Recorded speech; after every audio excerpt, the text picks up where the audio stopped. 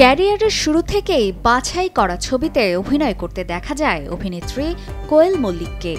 চরিত্র হোক কিংবা ছবিতে ব্যবহৃত পোশাক, সমস্তটা নিয়ে শুরু থেকেই বেশ খুঁতখুঁতে কোয়েল। টলিউডে অন্যান্য অভিনেত্রীদের মতোই বলিউডে অভিনয়ের প্রস্তাব আসে কোয়েলের কাছে। যদিও প্রস্তাবটি ছিল অনেক আগের, এটা অভিনেত্রীর ক্যারিয়ারের শুরুর দিকের সময় বলিউডের হট স্টার খ্যাত ইমরান হাশমির সঙ্গে অভিনয় করার প্রস্তাব আসে তার, কিন্তু সেই ছবির প্রস্তাব ফিরিয়ে দেন অভিনেত্রী।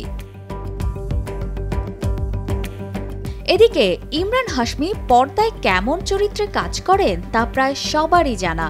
ইমরান পর্দায় থাকা মানে নানান দৃশ্যে উষ্ণ আবেদন, এমন একটি ইমেজ আছে তার ক্যারিয়ারে।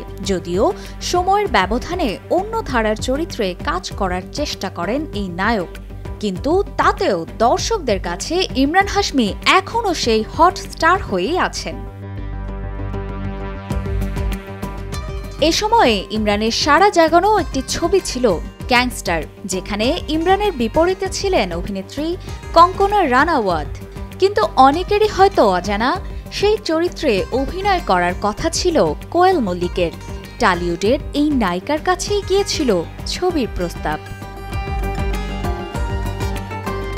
কিন্তু কেন এই ছবির প্রস্তাব ফিরিয়ে দিয়েছিলেন তা স্পষ্ট করে জানিয়ে কোয়েল বলেছিলেন, তিনি যৌন দৃশ্যে অভিনয় করতে সাবলীল নন। ছবিতে চুম্বনের অনেক দৃশ্যও ছিল, সেজন্যই রাজি হননি তিনি।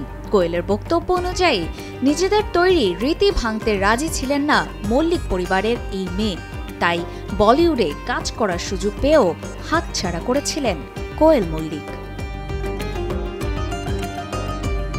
অপর্ণা বর্ষা, কালের কণ্ঠ।